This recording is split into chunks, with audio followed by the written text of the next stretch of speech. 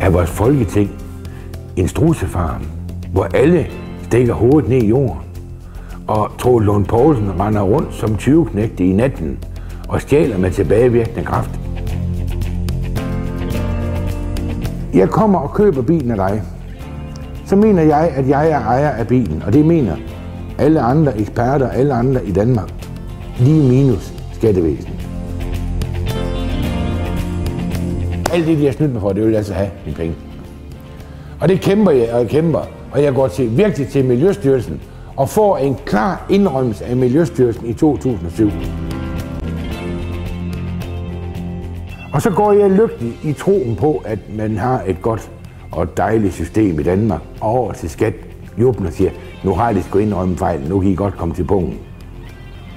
Men det var det værste, man kunne sige til skattevæsenet, fordi jamen, der er jo ikke noget retfærdighed der. Altså, har de først fået fat i nogle penge, så er det ligegyldigt. Det er nemmere at proppe blød smør op i røven på en vildkat med en trommestik, end at få penge for skat. Det kan jo ikke være en bananrepublik, vi lever i. Vi er nødt til at få sat dem på plads. Vi skal selvfølgelig betale skat, men vi skal ikke snydes.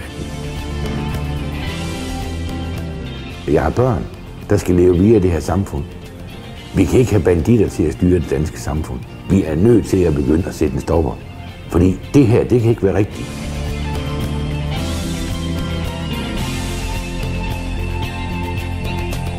Hvad fanden er det for